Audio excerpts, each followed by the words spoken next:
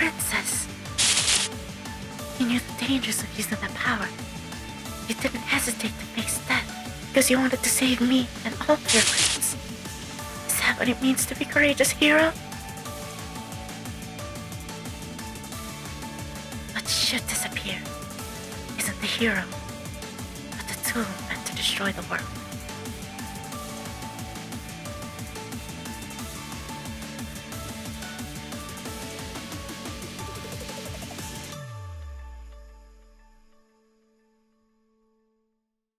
What should disappear isn't the hero, but the tool meant to destroy the world.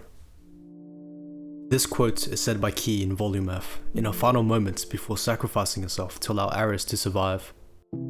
This moment would set Kei, an AI with a set goal of bringing about destruction, on the path to humanity as she deviates from her original purpose and embraces heroism. Blue Archive, although it may appear to others as lighthearted, innocent, or even controversial at times, is able to explore concepts and themes such as humanity. A game about youth and school life is somehow capable of capturing complex moral dilemmas and paradoxes. Just how does a world-ending android fit in with the theme of youth in Blue Archive? But there doesn't need to be an explanation. That's the beauty of Blue Archive, to embrace the unexplained. But we aren't here to discuss Blue Archive as a game. We are here to discuss Kei, Tendou Kei's journey to becoming human.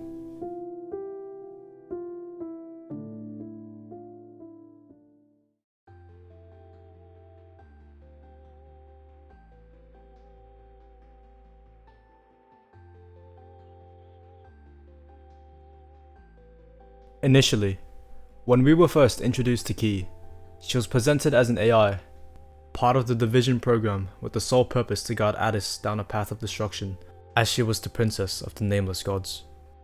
Kei's presence was considered dangerous and malicious, as other students only perceived her for what she was made for, which is to destroy the world.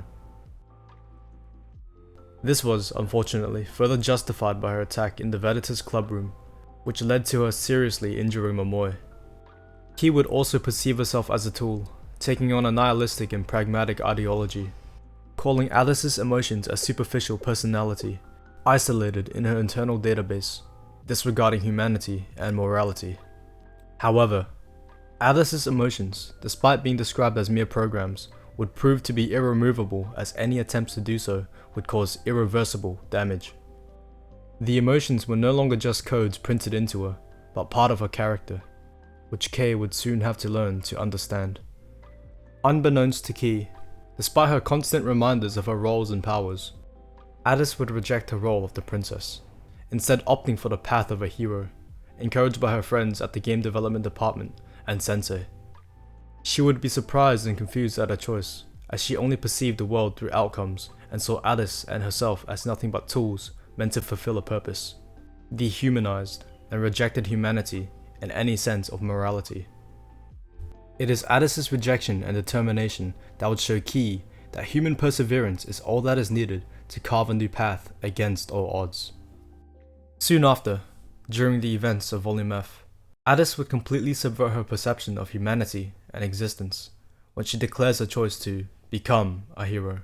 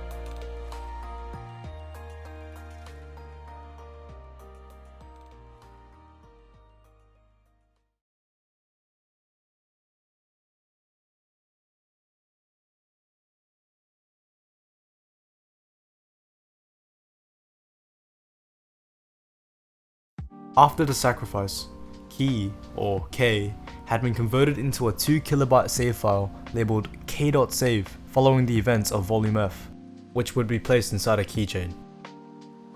When a tool inevitably fails to fulfill its purpose, they are usually deprecated and dismantled as their usefulness has expired.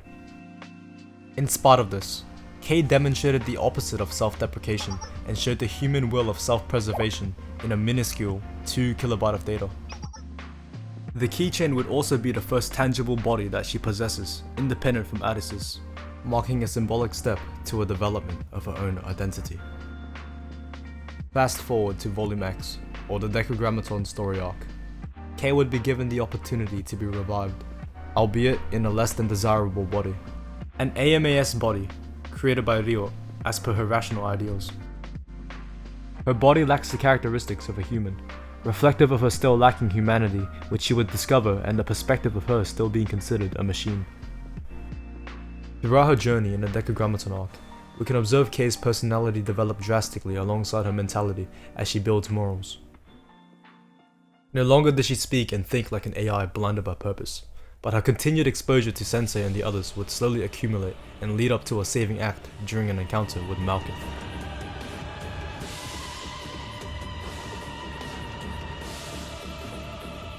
Traditionally, Kei would only be protective solely of Addis or follow her requests, but in this moment, she did not hesitate to act on her own accord to save the others. She was no longer bound by her original purpose to solely guide and protect Addis, but developed morals and bonds that she sought to defend as well. She was no longer a key, but a person capable of empathy. Unfortunately, her AMAS body would suffer critical damage which Ryo would seek to repair, explaining that it was the only rational decision. Kei would object heavily to this idea, throwing a tantrum like a child in a toy store as she proposes her desire to take one of the Decagrammaton bodies. Despite the inherent and well-meaning concerns of the others, she would passionately defend her intentions, which is ironic as an AI like herself would generally accept the rational proposition. But she instead objects and pursues her wants, her desire to have a humanoid figure. The procedure would succeed and Kei would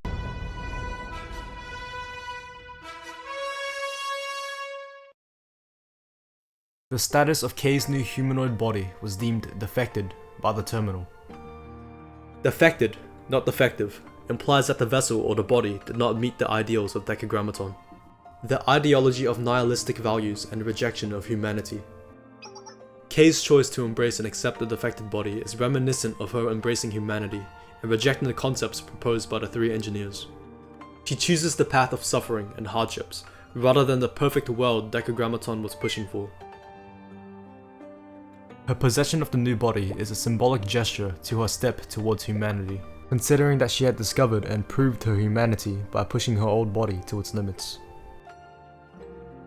The main characteristic of Kei's new body is also her, well, lack of characteristics.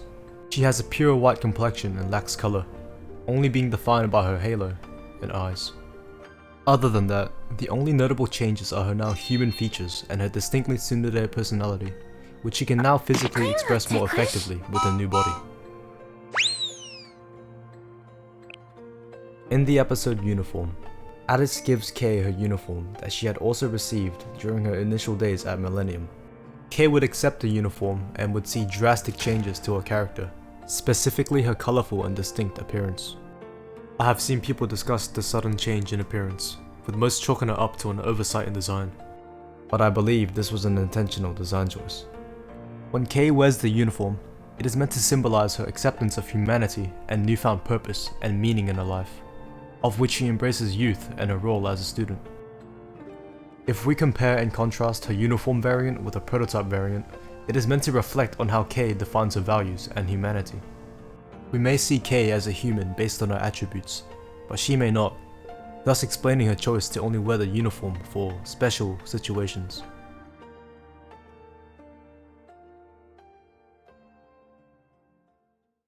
Personally, Kei's Momotalk story is one of the most emotional and profound ones yet.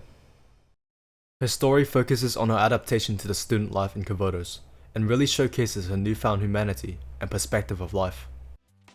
Episode 1 serves as an introduction to Kei, and we get to see her opinion on her new body. Although it had flaws and imperfections, she accepts it and expresses her gratitude for it, as no one in this world is offered the perfect 100.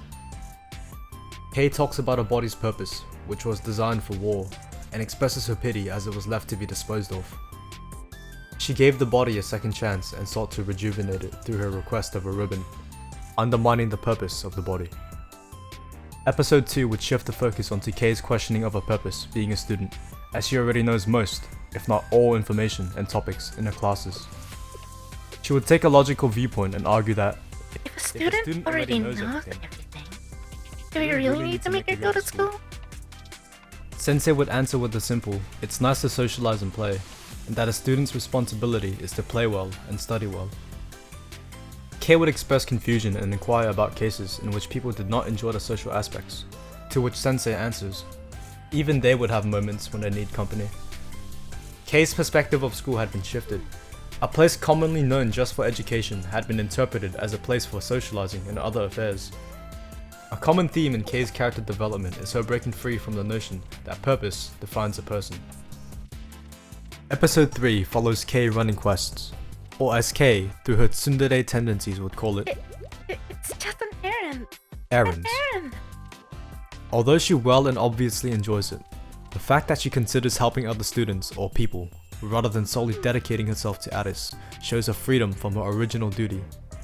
We would also find out that Kei has an interest in video games too, which she tries to cover up as per her tsundere personality. Episode 4 showcases Kei's perception of relationships, as she reviews and criticizes the dynamics in the game development department, with Sensei in her QA testing of the latest game prototype. Kei would mention the difficulties of criticisms and giving feedback to those we consider close, and the risks that comes with it, when feedback no longer provides honest criticism, and you're instead telling them what to think. Regardless of the clearly inefficient and flawed works of the game development department, Kei acknowledges that ultimately everyone does seem happy. She understands the value of a journey, rather than its outcome or ending.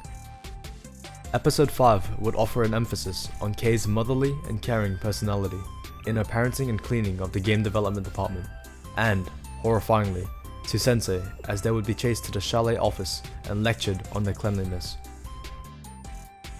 Episode 6 is the climax of Kei's character as we have her as a student rep. The episode is mainly Sensei and Kei completing mediocre tasks, with the recurring discussion of responsibility surfacing as Kei inquires about Sensei's role in Kavodos and criticizes the flawed society and lifestyle of Academy City, which we accept as the spirit of the place, and also our passionate declaration to Kei. This may seem like yet another instance of the developer providing fan service, but the tone of the phrase is more heartfelt, which I believe to be Sensei granting Kei the experience of love to show her that the world is not just suffering and pain.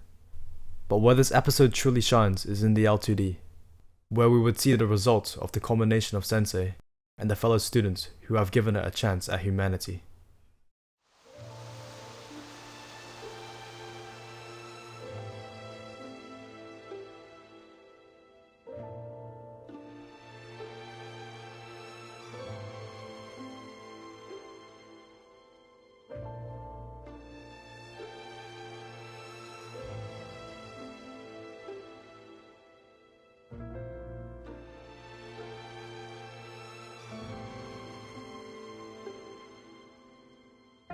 心配しないでください。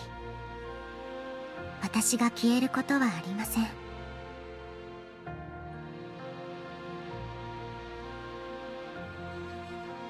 むしろその逆ですね。私はどんな手を使ってでも生き残ってやるつもりですから。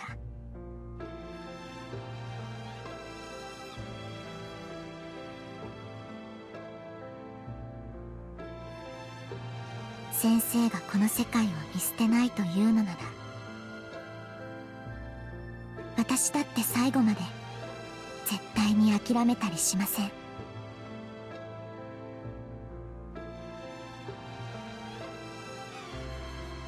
だから大丈夫。絶対大丈夫です。私はずっとここにいます。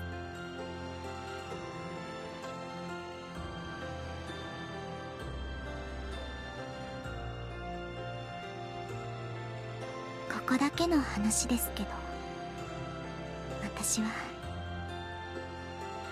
先生のこと嫌いじゃありませんから。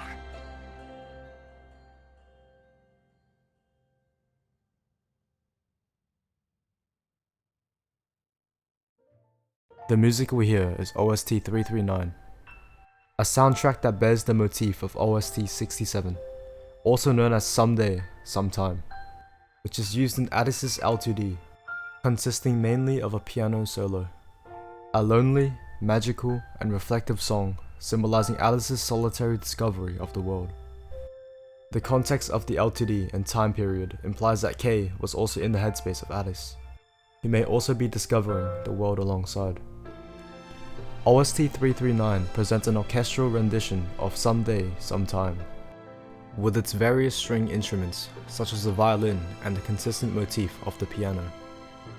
I view the string instruments as a representation of Kei and the piano as Alice, as when combined, we get the beautiful harmony of their relationship forming this music. Among these instruments is a rather strange choice, a xylophone, which is distinctly heard in the second half of the soundtrack. When I think of a xylophone, I imagine an instrument used by children, which I think holds true to the character development of Kei as she learns to embrace her student life and humanity. The xylophone may also represent us, as sensei, showing up in Kei's life and guiding her, giving her another chance at life, another chance to become human.